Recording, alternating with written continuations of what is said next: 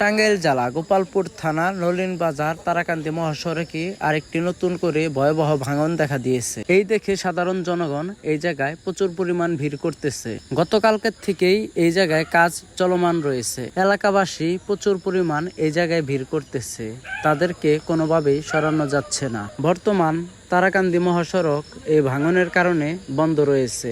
গতকালকে এক জায়গায় ভাঙন দেখা দিয়েছিল, সেটা মোটামুটি নিয়ন্ত্রণে চলে আসছে।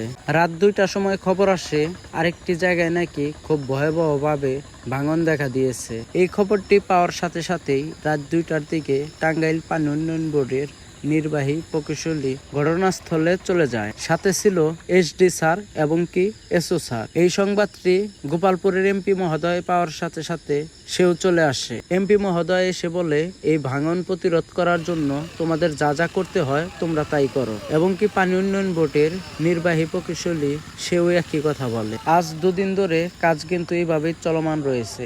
আপনারা দেখতেই পারতেছেন কি পরিমাণ বস্তা এই জায়গায় ফালানো হচ্ছে। পানি উন্নয়ন বোর্ডের সিনিয়র কর্মকর্তারা সারাক্ষণ কিন্তু এই জায়গায় দাঁড়িয়ে আছে। তারা অনেক পরিমাণ চেষ্টা করতেছে এই ভাঙনটি প্রতিরোধ করার জন্য। রাস্তার সাইড দিয়ে অসংখ্য মানুষ ভিড় করতেছে।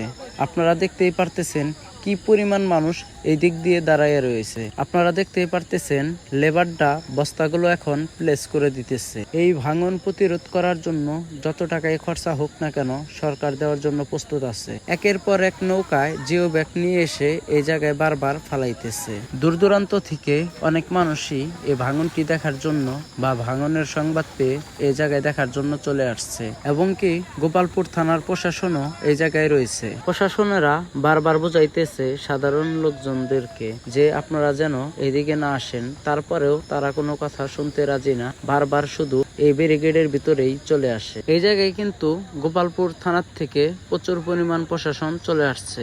আপনারা দেখতেই পারতেছেন কি পরিমাণ প্রশাসন এই জায়গায় আছে। চারদিকেই অসংখ্য মানুষের ভিড় জমে আছে।